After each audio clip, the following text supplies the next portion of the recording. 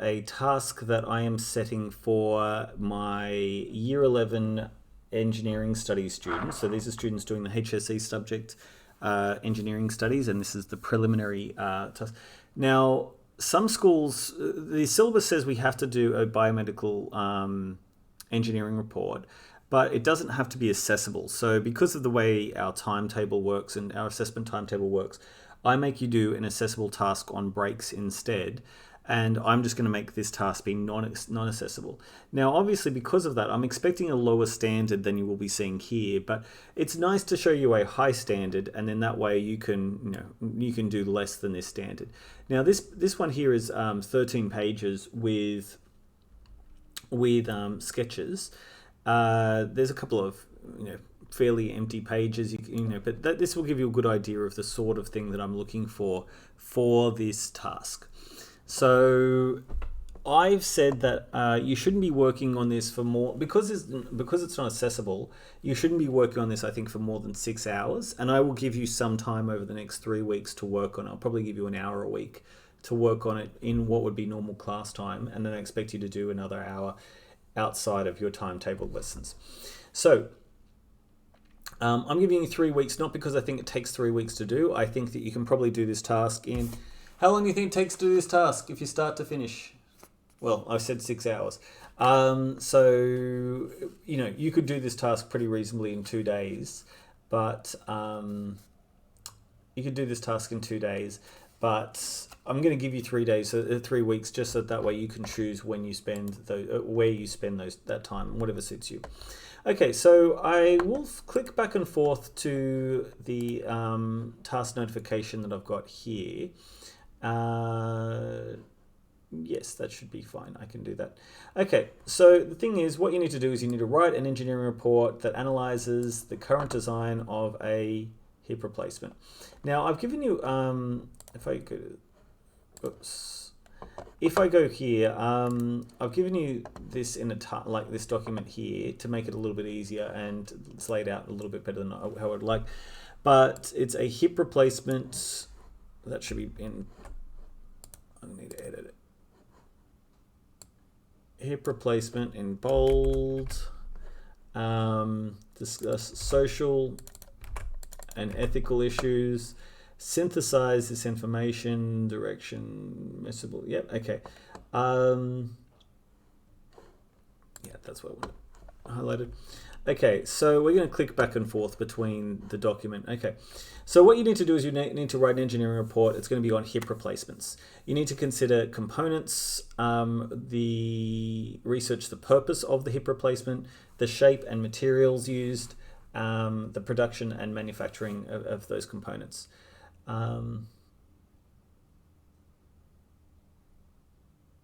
Yeah, I don't love this sentence, but that's what you get when you just copy and paste someone else's task. Okay, so we're going to consider social and ethical considerations. We're going to, how we're going to lay this thing out is we're going to have a title page, an introduction. We're going to have a statement of purpose of the report. We're going to have a synopsis, which provides a summary of including conclusions. We're going to have then our research, and then we're going to have our recommendations. So let's have a look at the format here. So what we have is we have our introduction, right? And then we have, so we have a table of contents. You should have that in an engineering report. We're going to have an introduction with the purpose of our report. We're going to have a synopsis. We're going to have research, and we're going to research lots of things. And then we're going to have an analysis and synthesis, right? So the idea is that what we're going to do is and this is a little bit of a tough thing to understand, right? I struggled with this when I looked at the task. I'm like, what do they mean? And what they mean is, first they want you to do is they want you to research all of the materials, all of the techniques. We're going to talk about that first. And then you're going to analyze and synthesize that information. You're going to say, based on this research, this is the stuff that I would recommend. Now you'll notice that there's 9 pages dedicated to research and 4 pages dedicated to synthesis. So that gives you a pretty good idea of what that's going to, of how much we should spend on that. Okay, so what I'm going to do is I'm going to quickly flick through the whole document so we can see it. That's what an introduction and a conclusion are supposed to do, but we're going to look through the headings of these things, and I think it's easier to look at it by just scanning through the document than it is by looking at this table of contents.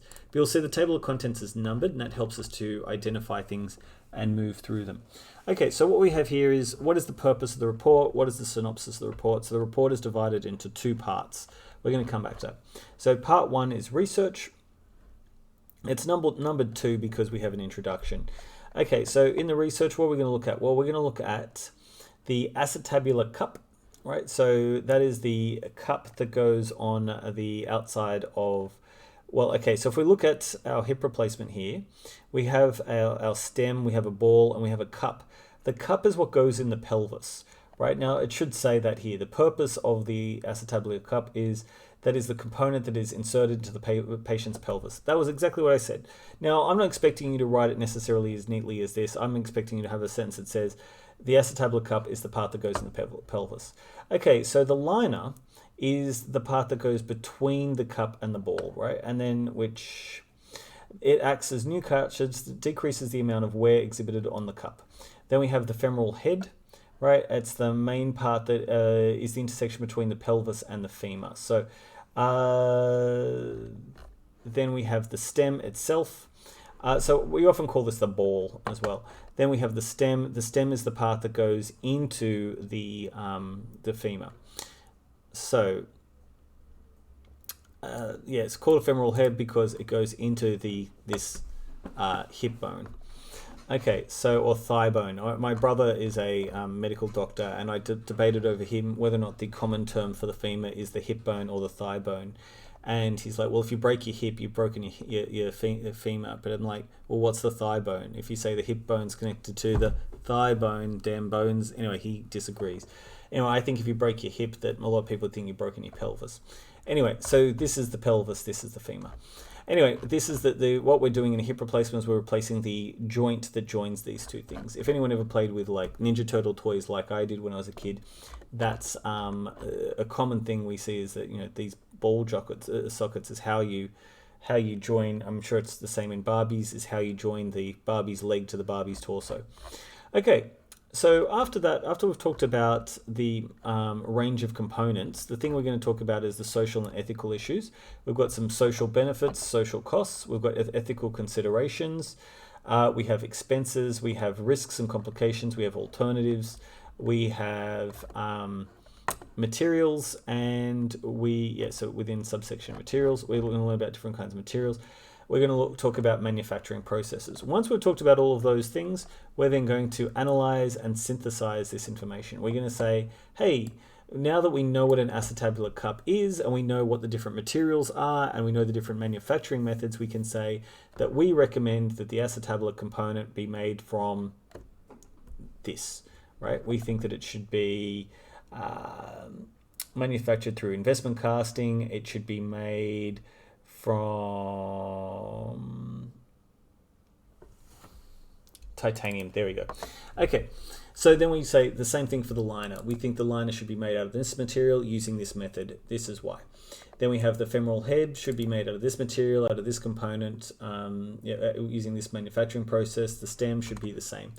That's pretty much what we're doing for our analysis and synthesis. I don't know why I thought that was 4 pages. Anyway, it was only 1 page.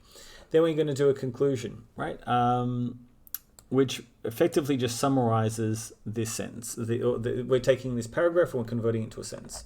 Then we're going to have now sometimes I will tell you that I can understand the concept that sometimes it feels like you're repeating yourself in reports, right? The thing is, I've said what I was going to say here in the introduction, then I said it, and then finally I said it again.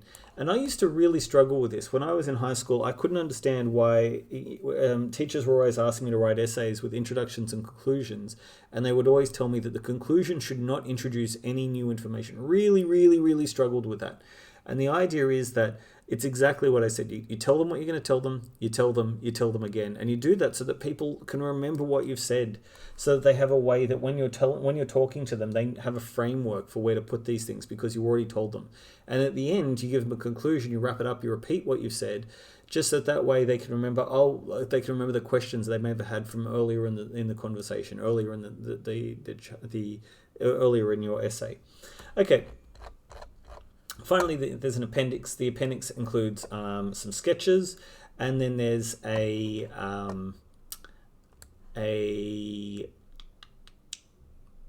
there is a set of references. Now, the thing that I'm going to point out here is that, first of all, this would have been done using a reference manager.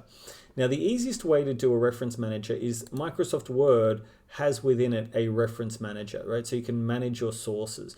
Now, I'm not going to go through that with you now, right? But because there's YouTube tutorials of people who do this much better than me. Right, but there's a way that you can manage your references, and there needs to be in reference. I've already told this to people when they did their breaks assignment as well, that you need to reference your thing in the text. So when we're talking about Velez, there needs to be some way that I've referred to Velez. Where have you talked about Velez, right? So you've only told me Velez in the bibliography. You needed to refer to Velez in the text. So there's ways that you can do that. You can say, when you talk about Velez here, right, you're not going to have an analysis, you're going to have this in your research. When you talk about Velez said something up here, right, you need to make a reference to that. Now, what most people do is they use numbered references. That's not what the APA style does. There's different kinds of referencing that you can use. The Harvard standard is not a bad standard. I would recommend that one. But when we talk about WeWay has a different standard, you can use APA, that's fine by me, but you need to reference somewhere. You need to say Velez was the one who told me that here. If you don't include a reference, if you don't link back to that reference, then I don't know where it's come from, right? So you need to insert the citation, and then you need to put in Velez is the person who said that. Because otherwise you're just making these claims. I don't know where this claim is coming from. You need to say, my claim has come from Velez, who wrote this story on this web page here.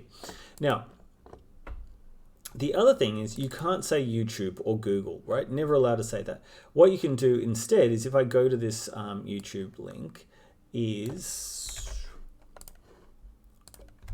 risky click. Who knows what it's going to be? Okay, you need to have said the American Association of Hip and Knee Surgeons is what you should say instead in that text. So you should say here, because it's not YouTube who's making the claim, it's the American Association of, now, I mean, I'm going to zoom in so you can actually see what's going on here.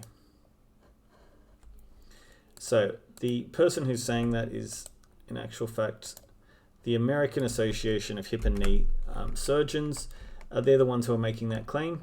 And the title of the video is, what is my hip replacement made from?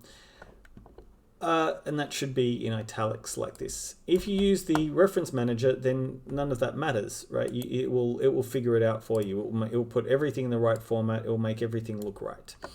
Now, if you want to use Bob Weway's standard with numbered, what we call footnote referencing, which is used in some places, so like UNSW uses footnote.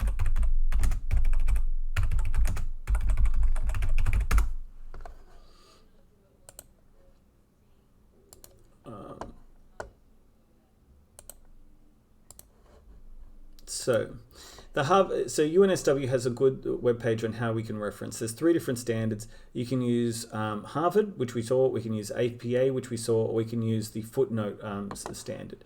I don't care which one you use. You just got to use one. If you do, like, if you're at uni, you will have to. They will tell you which one to use. So when I did my engineering degree, you had to use Harvard. When I did my teaching degree, you had to use APA, because teaching is a psychology, a field of psychology. So APA stands for American Psychology Association or something like that. Yeah, American Psychology. There we go. The footnote referencing is the simplest, I think, but it's probably the least commonly used now. Okay, so using a reference manager Word. Okay, so I'll include these links.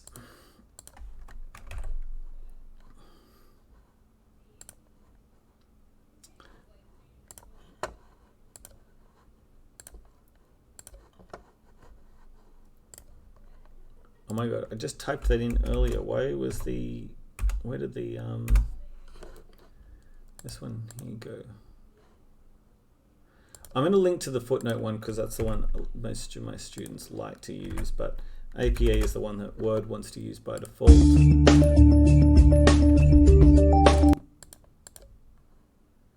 Hopefully I don't lose these links.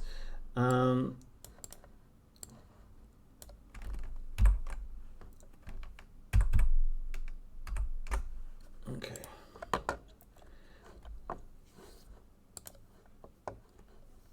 So what we're going to do now is we're going to, for just 10 minutes, and then I'll pick this up later. I'll add a second part of this video where we go through in a little bit more detail. We're going to look at what are these sections specifically talking about. So what do you want to write about? Okay, so going back to the introduction, we're going to say, so hip replacements, they're really important. So you're saying that when were they first developed? How many? Why do we use them? So quality of life, pain relief. How many Australians use them? Because we're interested in the Australian context. Where we could compare that to how many per capita are used in Australia compared to Europe or the US, just so that this number doesn't have a lot of reference. So you could just say that, like, Australia, do we have more or less than other OECD countries, other rich countries? How much do they cost? Between 20 and 40. Now, that's probably Australian dollars. Depending on the patient, they provide mobility. Okay. Then we have purpose. This purpose will provide an overview of hip replacements. It will consider the materials. It will consider the manufacturing the components, the materials, and the manufacturing processes. Okay, the synopsis. This report is divided into two parts. In research, we will consider the four main components. Now, I would write that like this. I would write these four components with a colon, and then I would have semicolons to refer to each of these. But that's even a regular comma will do there. This will consider materials, including these four materials. The report will investigate social and ethical issues, and then we'll document manufacturing process. In the analysis, we will use the research above to consider which is the most practical solutions for each of the four parts. Okay, so that's what we're going to write in our introduction and our so we've got a purpose and synopsis. In our research, we're going to start with the four main components. So like we've said before, we've got the cup. Acetabula is a bit of an odd term. Not something, see, I'm wasting a bit of time here, but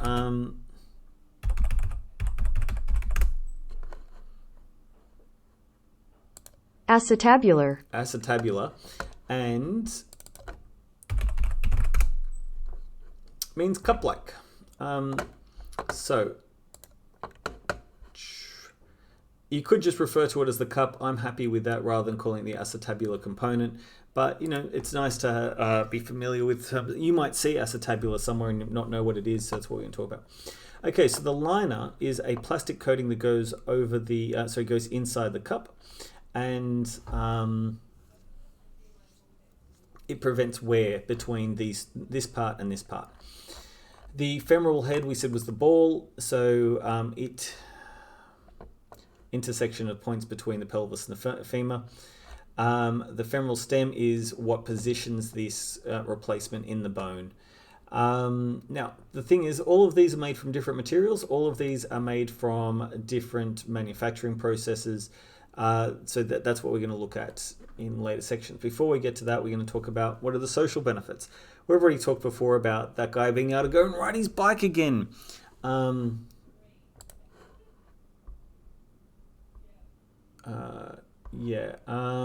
Anyway, I will talk about that in Zoom link. So the waiting all night, the rudimental video, the guy, you know, not being able to ride his bike, and that had, you know, a real mental, a well-being component on, you know, his quality of life.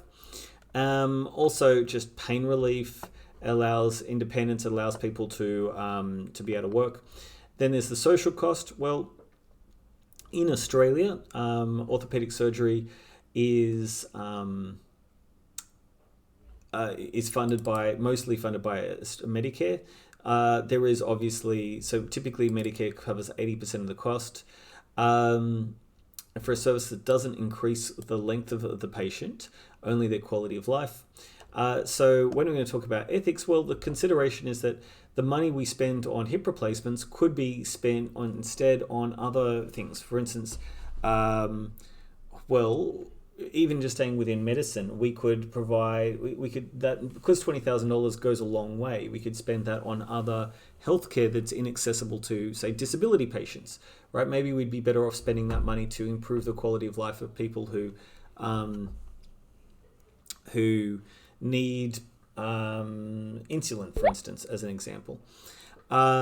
So that's some considerations. Or going further afield, you can talk about things like effective altruism, where the idea that $20,000 can improve the quality of life of one person, but for about $200 you can actually save the life of someone in a developing country through things like malaria nets or measles vaccinations. So comparatively, you could, if we cross off 2 zeros, we could save 100 people for the same cost as one hip replacement.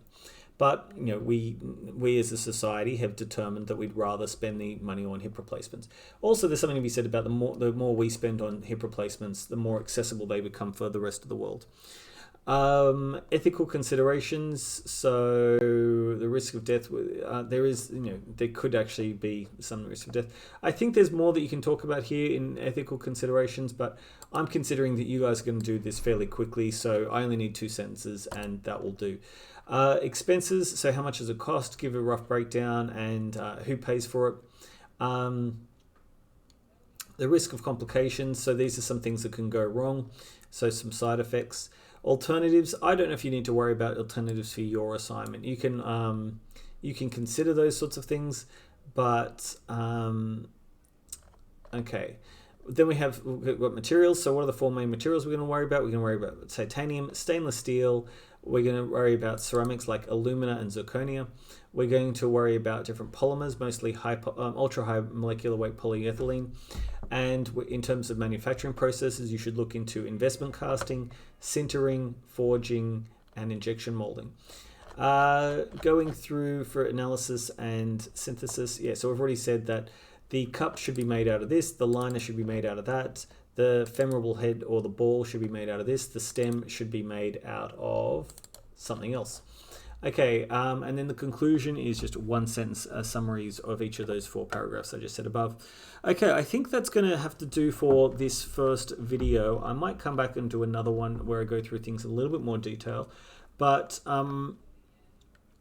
I'm not giving you the answers per se here, but I'm giving you a pretty good guide on what you need to write, what it needs to look like, and I will see what I'm going to do in my next video after I come back from my Zoom meeting.